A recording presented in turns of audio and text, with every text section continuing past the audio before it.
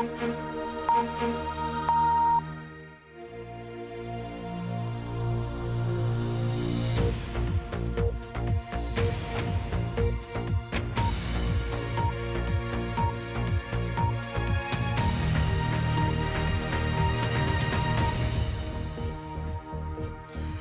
اردو کے پروگرام سے عربین میں خوش آمدید. ہمارے لندن اسٹوڈیو سے میں ہوں شفیع نقی جامعی.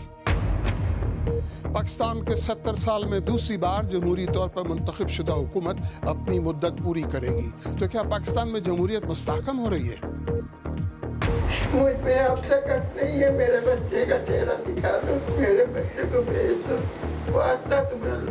پاکستان سے تعلق رکھنے والے بعض شیعہ نوجوانوں کے اہل خانہ کی فریاد کہ کوئی تو انہیں بتائے کہ آخر ان کے لال ہیں کہاں. روسی صحافی کے قتل کا ڈرامہ کرنے پر یوکرین کو شدید تنقید کا سامنا. حکام کہتے ہیں کہ روسی منصوبے کو ناکام بنانے کے لیے ایسا کیا گیا.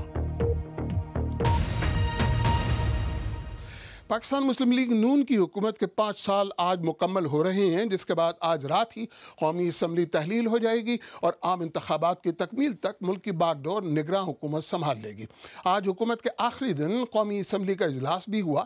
پاکستان کی 14ویں قومی اسمبلی کے آخری روز اس اجلاس میں حکومتی کارکردگی پر کیا بات ہوئی اور ایوان کا ماحول کیسا تھا, نامہ نگار فرج جاوید کی زبانی.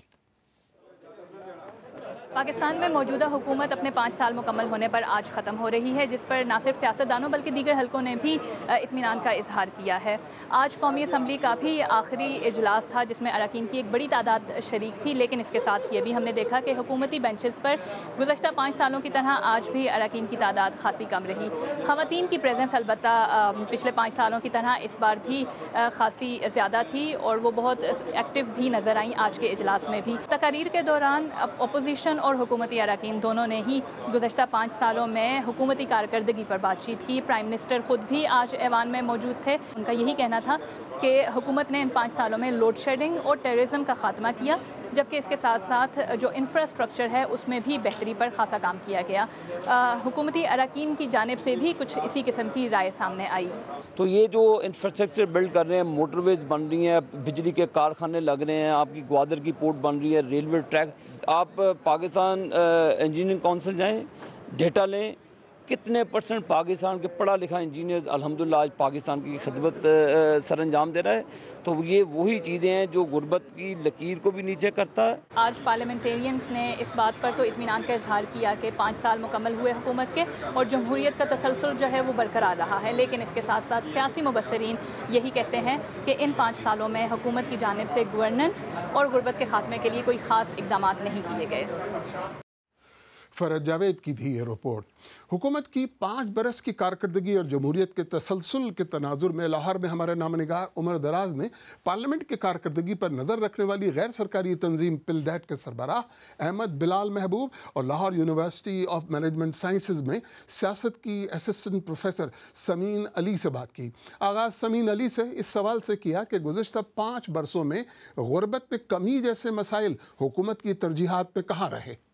بات یہ ہے کہ پاپولیشن ہماری بہت بڑی ہے, نوکریاں نہیں ہیں, اس لیے ظاہر ہے پاورٹی بھی بہت زیادہ ہے.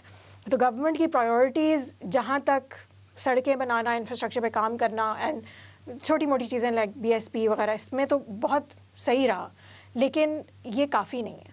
اگر آپ آخری 1 سال میں, ٹرم کے آخری 1 سال میں ہیلتھ پہ فوکس کرنا شروع کریں گے تو ظاہر ہے جو آپ 5 سال میں فوکس کر سکتے تھے وہ تو کام نہیں ہو سکتا. اور اس حوالے سے احمد بلال صاحب, حکومت جو ہے وہ یہ کہتی ہے کہ اس کو کام کرنے نہیں دیا گیا, آپ کتنا اتفاق کرتے ہیں اسے؟ دیکھیے, جو حکومت جن چیزوں کے بارے میں کام نہ کرنے دینے کے بارے میں کہتی ہے وہ ذرا مختلف قسم کے معاملات ہیں. وہ ذرا بڑے معاملات ہیں اور جن کو میکرو ایشوز کہتے ہیں. مثلاً وہ ہمیشہ ان کا پوائنٹ آف ویو یہ ہے کہ جب تک ہمارا انڈیا کے ساتھ تعلقات اچھے نہیں ہوں گے اس وقت تک ہمارے امن و امان قائم نہیں ہوگا, اور اس کے نتیجے میں پھر ہم فوکس نہیں کر سکیں گے اپنے بجٹ کو اپنی اکنامک ڈیولپمنٹ کے لیے, اپنے لوگوں کی بہتری کے لیے. تو یہ وہ ایسا معاملہ ہے جس کے اندر وہ یہ کہتے ہیں کہ ہمیں اس طرح سے فری ہینڈ نہیں ملتا جس طرح سے ایک منتخب حکومت کو ملنا چاہیے. اس قسم کی باتیں ہیں. لیکن جو وہ معاملات ہیں, مثال کے طور سے اگر وہ یہ چاہیں کہ لوگوں کو clean drinking water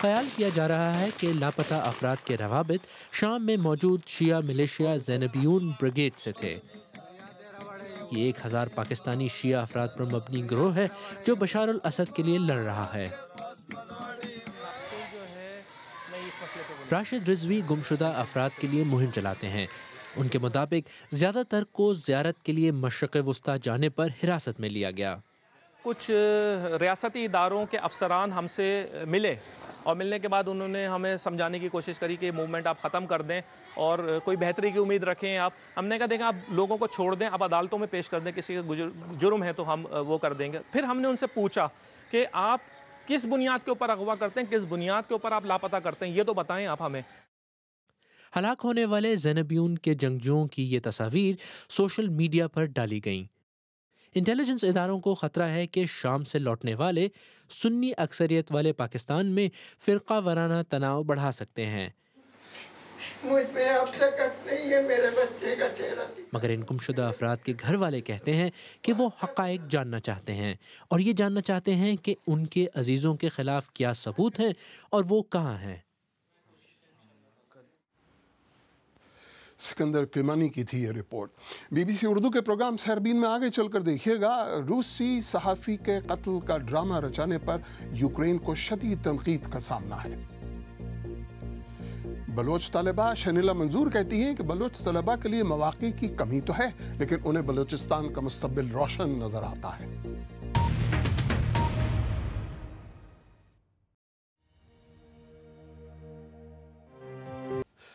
be B C Urdu کے پروگرام سہربین میں ایک بار پھر خوش آمدید۔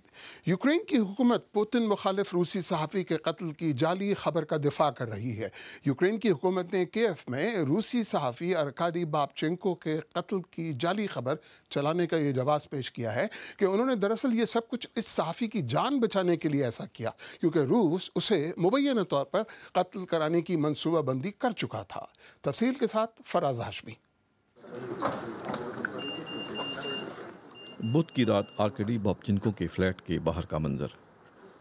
یوکرین کی پولیس نے اعلان کیا تھا کہ روسی صحافی کو قتل کر دیا گیا ہے۔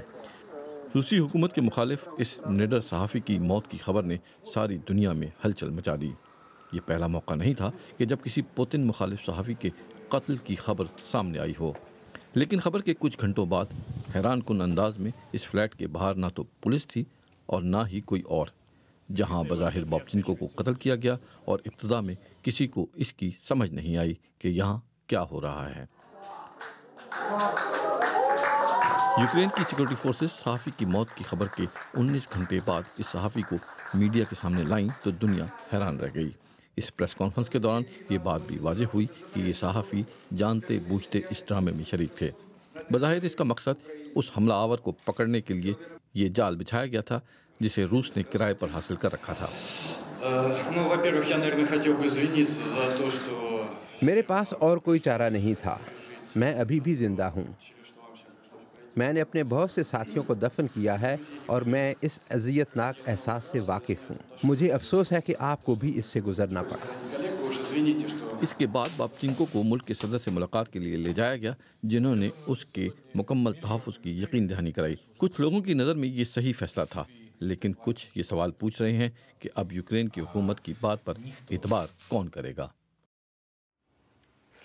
یورپی کورٹ آف ہیومن رائٹس نے لتھوینیا اور رومانیہ کو حکم دیا ہے کہ وہ القاعدہ کے ان 2 مشتبہ افراد کو ہرجانہ ادا کرے جنہیں CIA نے ان ممالک میں چھپا رکھا تھا۔ یورپی عدالت نے اپنے حکم میں کہا ہے کہ ان ممالک کو معلوم تھا کہ ایک سعودی اور ایک فلسطینی شہری کو خفیہ جیلوں میں رکھا گیا جہاں ان پر تشدد بھی ہو سکتا تھا۔ انڈیا کے مختلف ریاستوں کے 4 پارلیمانی حلقوں اور 11 اسمبلی حلقوں کے ضمنی انتخابات میں حکمراں BJP کو زبردست دھچکا لگا ہے۔ BJP لوک سبھا اور اسمبلیوں کی 15 سیٹوں میں سے صرف 2 سیٹوں پر کامیاب ہوئی۔ کانگریس نے 11 میں سے 4 اسمبلی سیٹوں پر کامیابی حاصل کی۔ اسپین کے مشہور فٹ بال کلب ریال میڈرڈ کے کوچ زین الدین زیدان نے مسلسل 3 بار چیمپئنز لیگ کا ٹائٹل جیتنے کے بعد مینیجر کے عہدے کو چھوڑنے کا اعلان کیا ہے۔ زیدان نے ریال میڈرڈ میں بطور کوچ اپنے 3 سالہ دور میں 9 ٹرافیاں جیتی ہیں۔